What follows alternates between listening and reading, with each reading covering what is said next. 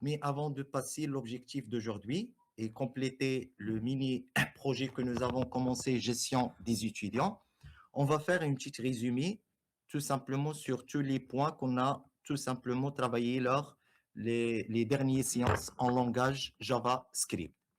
Alors, nous avons bien sûr étudié le langage HTML et nous avons dit que le langage HTML, c'est un langage qui est capable de créer la structure d'une page web. Après, on a utilisé les feuilles CSS pour styliser notre page. Bien sûr, on a utilisé le Bootstrap comme framework front-end pour travailler des front-end facilement et rapidement. Après, on a passé le langage JavaScript. Alors, nous avons dit que le langage JavaScript, c'est un langage qui nous permet, voilà, qui nous permet tout simplement de dynamiser une page. Alors, ça veut dire quoi dynamiser une page? Ça veut dire créer des interactions avec l'utilisateur. Alors, on a donné un exemple, par exemple, on va prendre un exemple de l'application Facebook. Alors, tout simplement, pour afficher au niveau d'un compte Facebook, par exemple, nous avons une publication et je vais cliquer sur j'aime. Alors ça, ce qu'on appelle une interaction ou je vais écrire un commentaire. Alors ça, ce qu'on appelle les interactions utilisateurs. Ça veut dire un utilisateur va communiquer tout simplement avec notre page, soit avec un clic, soit il va tout simplement cliquer sur un bouton, sur un lien, sur une image, par exemple dans le cas de catalogue, ou il va écrire au niveau d'un formulaire ou d'un élément formulaire. Alors, la dernière séance, on a commencé bien sûr ce qu'on appelle la gestion de DOM. Gestion DOM. Alors, on a tout simplement dire que la DOM, c'est document objet modèle, représente la page HTML sous forme d'objet que JavaScript peut manipuler. Alors, ça veut dire, par exemple, quand j'ai écrit une page web et j'ai appuyé sur la page web, j'ai fait double-clic sur la page web, alors automatiquement, le navigateur va interpréter la page web. Alors, comment il va interpréter la page web? Il va convertir votre code HTML et votre code HTML en un document modèle, ce qu'on appelle DOM. Ça veut dire un document objet modèle. Alors, le JavaScript, il est capable tout simplement de manipuler cette DOM. Ça veut dire quoi manipuler un DOM? En supposant, par exemple, nous avons un élément, voilà. Alors, pardonnez-moi, je vais aider un apprenant pour connecter. En supposant que nous avons un élément HTML. OK, un élément HTML. Par exemple, nous avons un titre, par exemple, un H1. Voilà. Nous avons un titre, par exemple, H1. Alors, ça, ce qu'on appelle un élément HTML. Alors, le JavaScript, il est capable de manipuler cet élément. Comment il peut manipuler l'élément? Tout simplement, il doit sélectionner l'élément. Alors, pour sélectionner l'élément, nous avons soit on va donner un ID ou on va utiliser classe ou on va utiliser name ou on va utiliser le tag. Exactement. Le tag, ça veut dire c'est tout simplement c'est le H1. Ça veut dire c'est la balise HTML. Alors, le JavaScript, il peut sélectionner cet élément en utilisant getElement by. Alors, pardon, by, voilà. Alors, si vous avez caractérisé votre élément, tu vas sélectionner l'élément par ID. Si vous avez utilisé la classe, tu vas tout simplement sélectionner l'élément by class. Si vous avez utilisé tout simplement le name, tu vas écrire name, ça veut dire get element by name. Et si vous avez utilisé tout simplement, vous voulez utiliser automatiquement la balise, tu vas écrire tag. Après, tout simplement, entre les parenthèses, tu vas tout simplement écrire le ID. Par exemple, titre. Alors ici, je vais donner tout simplement comme élément ID égale, voilà, égale titre. Voilà, ID égale titre. Alors, comme ça, tout simplement, je vais sélectionner notre élément. Voilà, je vais sélectionner notre élément et comme ça, on peut tout simplement manipuler cet élément. Alors, voilà, tout simplement, pardonnez-moi, monsieur, simplement manipuler cet élément, on fait quoi? On va stocker cet élément dans une variable. Alors, on va déclarer la variable let, par exemple. Je vais nommer, par exemple, titre. Voilà, let, titre. Alors, je vais travailler ici. Voilà. Alors, titre égale document. Voilà, ici, je vais faire égal. Voilà, je vais juste structurer. Voilà. Alors, comme ça, on va écrire document. Voilà, point get élément. Alors, voilà. On va déclarer une variable, let titre égale document.getElement by ID titre. Ça signifie quoi? Ça veut dire j'ai demandé tout simplement de vérifier notre document HTML et de chercher sur un élément qui est caractérisé par un ID et au niveau de l'ID, on l'a donné comme un nom titre. Et comme ça, tout simplement, on va stocker l'élément dans la variable titre et après, tu peux manipuler tout simplement votre élément via le titre. Alors ça, avec le getElement by ID. Aussi, nous avons d'autres fonctions en supposant par exemple, nous avons plusieurs éléments. Par exemple, nous avons plusieurs paragraphes. Par exemple, nous avons 3 paragraphes ou 4 paragraphes. Et comme ça, je veux tout simplement manipuler tous les paragraphes en même temps. OK? Manipuler tous les paragraphes en même temps. Alors, dans ce cas-là, on peut utiliser tout simplement Query Selector. Alors, le Query Selector, tout simplement, c'est une fonction qui nous permet de sélectionner tout simplement plusieurs éléments en même temps. Alors, par exemple, pour sélectionner tous les paragraphes en même temps, je vais écrire document.query selector. Voilà, query selector. Et après, je vais dire c'est l'élément P, c'est le paragraphe. Alors, comme ça, tout simplement, ici, je peux tout simplement sélectionner tous les paragraphes en même temps. Et comment on va caractériser entre les paragraphes? Ici, tu peux utiliser les éléments. Alors, par exemple, si j'ai déclaré une variable, voilà, si j'ai déclaré une variable, par exemple, je vais écrire let, par exemple, para égale document.querySelector. Alors maintenant, par exemple, si je vais sélectionner le premier élément, alors dans ce cas-là, je vais travailler comme un tableau. Je vais dire para entre les cotes 0. Voilà. Alors ça signifie quoi? Signifie que vous avez le premier élément, c'est le P, c'est le premier paragraphe. Si tu écris 1, ça veut dire c'est la deuxième paragraphe. 2, troisième paragraphe. 4, quatrième paragraphe. Juste n'oublie pas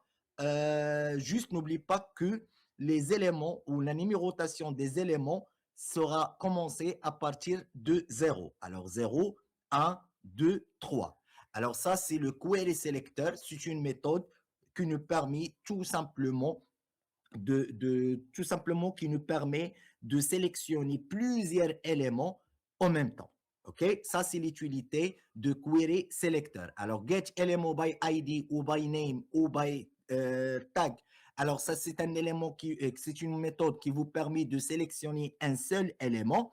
Mais si vous voulez sélectionner plusieurs éléments en même temps, alors dans ce cas-là, on utilise query selector. Alors, get element by ID ou name ou tag ou tout simplement classe, il nous permet de sélectionner un seul élément HTML. Mais quand vous voulez sélectionner plusieurs éléments, on va utiliser le query selector. Aussi, on peut créer un élément, ça veut dire la création d'un nouvel élément, même si l'élément que nous n'avons pas dans le HTML. Par exemple, si vous voulez créer un paragraphe, alors dans ce cas-là, par exemple, on peut utiliser, voilà, je veux créer un paragraphe. Alors ici, je demande let p égale document point create element.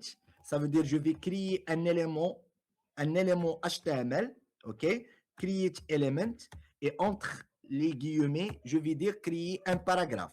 Si vous voulez créer un H1, tu vas dire créer un H1. Si vous voulez créer une division, tu vas demander division. Alors maintenant, comment manipuler cette paragraphe? Par exemple, je veux écrire un texte au niveau du paragraphe. Alors dans ce cas-là, je vais utiliser p.texte contenu.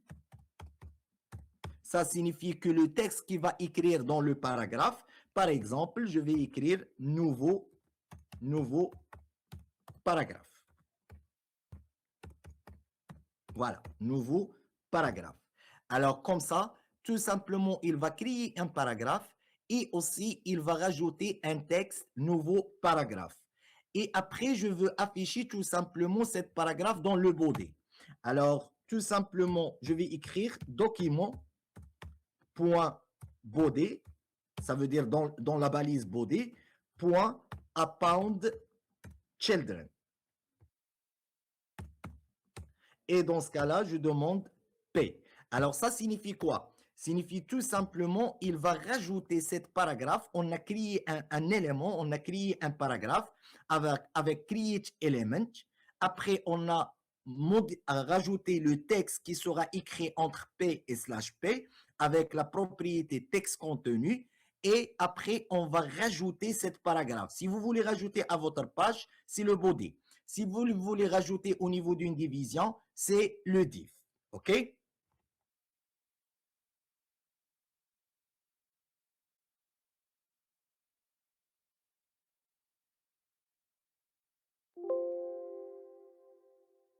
Avec create element, aussi, on peut supprimer cet élément. Alors, comment on peut supprimer cet élément?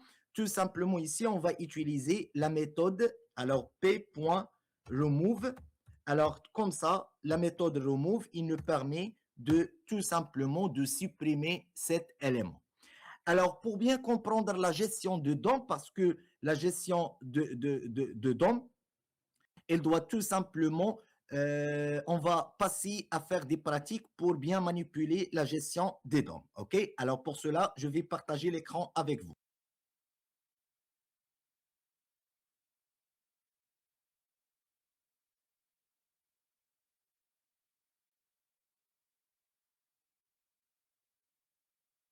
C'est la pratique de la gestion des DOM. Voilà. Alors, je vais tout simplement passer. Alors, ici, JavaScript. Voilà. J'ouvre le dossier avec le VS Code. Alors, on va faire des petits exercices pour manipuler tout simplement la gestion. Voilà, pour manipuler la gestion des DOM. Alors, je vais créer une page.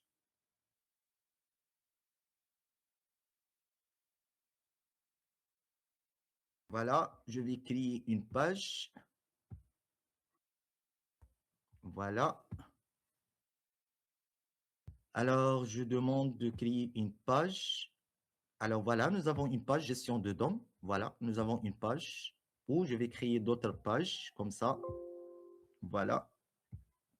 Alors, je dis par exemple DOM.js.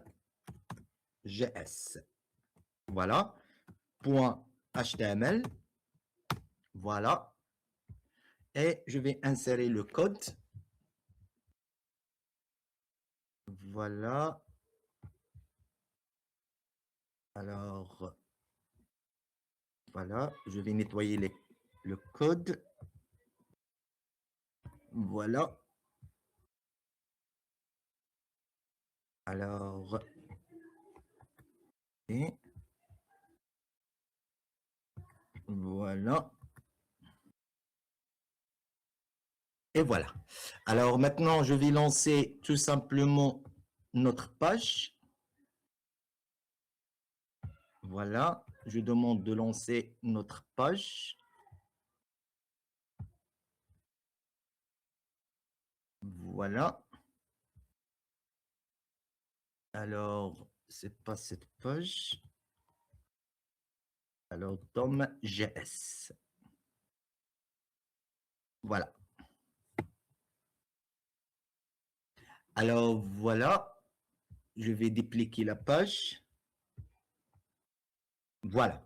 Alors, par exemple, je vais manipuler, par exemple, je vais faire un petit exercice pour getElément. Alors, par exemple, je vais travailler sur changer le texte. Alors, on va voir comment on peut changer le texte via le JavaScript. Alors, changer le texte comme exercice. Alors, maintenant, on va voir comment on peut changer le texte au niveau de la DOM via le JavaScript. Alors, voilà, actualiser, voilà, changer le texte. Et au niveau de titre, voilà. Alors ici, voilà, je vais mettre un titre, copier, coller, voilà. Et ici, on va faire tout simplement gestion DOM. DOM. Voilà. Alors voilà, gestion DOM. Le premier exercice, c'est changer le texte. Alors, je vais définir une paragraphe. Voilà, P. Je vais donner une paragraphe, P. Voilà.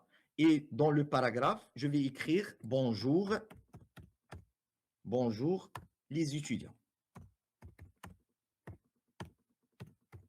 Voilà. Et après, je vais créer une bouton.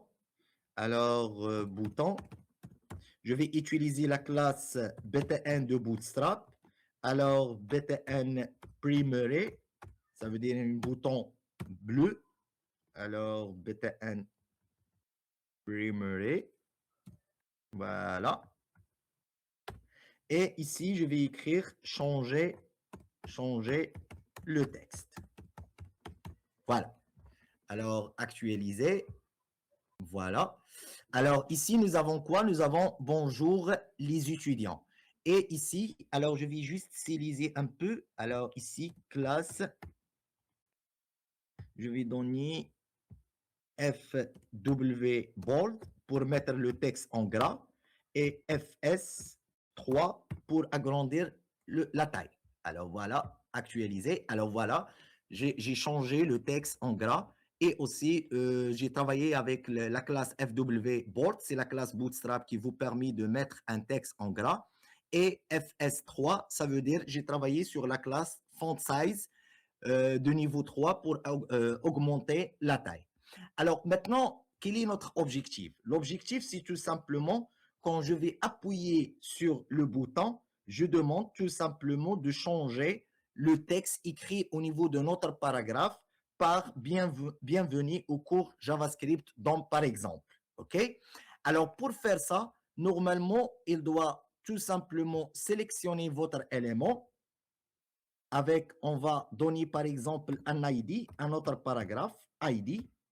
Voilà, on va donner un ID. Alors, par exemple, je vais nommer message. OK? Et au niveau de notre bouton, je demande l'événement en clic. Ça veut dire quoi? Ça veut dire j'ai demandé quand j'appuie sur le bouton, tu vas exécuter par exemple une fonction. Par exemple, je vais nommer texte, par exemple. Voilà. Je vais nommer texte, par exemple. OK? Alors, j'ai fait quoi ici? J'ai caractérisé notre paragraphe avec un ID et j'ai appelé message. Et j'ai demandé, quand j'appuyais sur le bouton, tu vas exécuter une fonction qui s'appelle texte. Alors maintenant, je vais faire quoi? Je vais écrire le JavaScript pour manipuler ça. Alors ici, je demande la balise script. Et à l'intérieur, je vais demander fonction. Voilà. Et je demande la fonction texte, accolade. Alors, dans ce cas-là, je commence à faire ou manipuler tout simplement la DOM, notre DOM. Alors, notre objectif, c'est quoi? C'est tout simplement quand j'appuie sur le bouton, tu vas changer le texte ici. Alors, première chose, il doit faire quoi? Il doit sélectionner le paragraphe. Alors, nous avons dit pour sélectionner le paragraphe, on va déclarer une variable message égale document point get élément by ID puisque j'ai donné un ID et entre les guillemets, je donne message. Voilà. Alors, ça signifie quoi? J'ai dit tout simplement, tu vas chercher dans notre document, ça veut dire dans notre page, sur un élément caractérisé par un ID qui s'appelle message. Alors, quand il va chercher, il va trouver l'élément paragraphe. Elle a un ID comme message. Il va stocker le paragraphe dans la variable message. Après, on va dire quoi? S'il vous plaît, message point texte contenu, ça veut dire tu vas changer le texte entre P et slash P par quoi? Par bienvenue au cours JavaScript. Voilà, donc. Voilà, point virgule. Alors voilà, j'ai tout simplement demandé à changer le texte entre P et slash P avec la propriété texte contenu. Comment tu vas changer? Tout simplement, tu vas changer avec le texte bienvenue au cours JavaScript DOM. Alors, je vais actualiser notre page. J'appuie sur le bouton. Alors voilà, elle a changé le texte par bienvenue au cours JavaScript. Alors voilà, j'appuie sur le bouton, il va changer le texte. Alors aussi, on peut changer le style. Si vous voulez changer le style, on peut changer le style, bien sûr. Alors, pour changer le style, alors message, point style, par exemple, point color. Et je vais, par exemple, donner color, par exemple, red. Voilà. Alors ici, si vous voulez changer, on peut changer bien sûr le style. Alors, changer. Alors voilà, elle a changé le texte avec la propriété texte contenu et aussi il a changé la couleur. OK?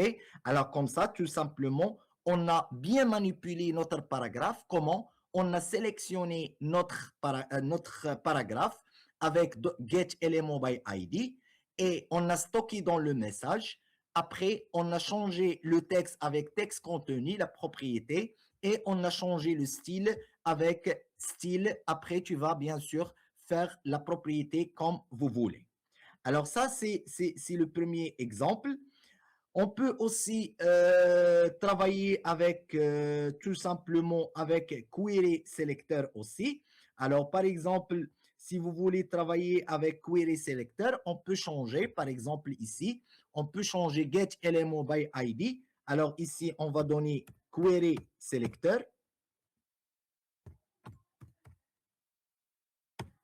Voilà. Et n'oublie pas, ici, tu vas dire dièse. Ça veut dire c'est le ID. OK? Si tu as utilisé la classe, tu vas, au lieu de dièse, tu vas écrire point. Ça veut dire si tu as changé le ID par classe, voilà, tu vas tout simplement changer dièse par point. OK? Par point. Ça veut dire que tu vas changer dièse par point parce que tu as travaillé avec la classe. Alors, au niveau de Query Selector, ce n'est pas comme Get Element by ID parce que Get Element by, tu vas automatiquement définir, tu vas sélectionner avec quel élément. Est-ce que avec le ID, pour cela, on n'écrit pas dièse et point. Mais quand tu travailles avec le Query Selector, normalement, il doit mentionner est-ce que vous êtes en train de caractériser votre paragraphe avec un ID ou avec classe. Alors, par exemple, ici, je demandais, par exemple, ici, je donne ID. Alors, automatiquement, il doit changer le point par dièse. Alors, je vais actualiser et il va donner tout simplement le même résultat. Alors, ça, c'est le query sélecteur, mais je répète que le query sélecteur, on utilise quand nous avons plusieurs éléments normalement.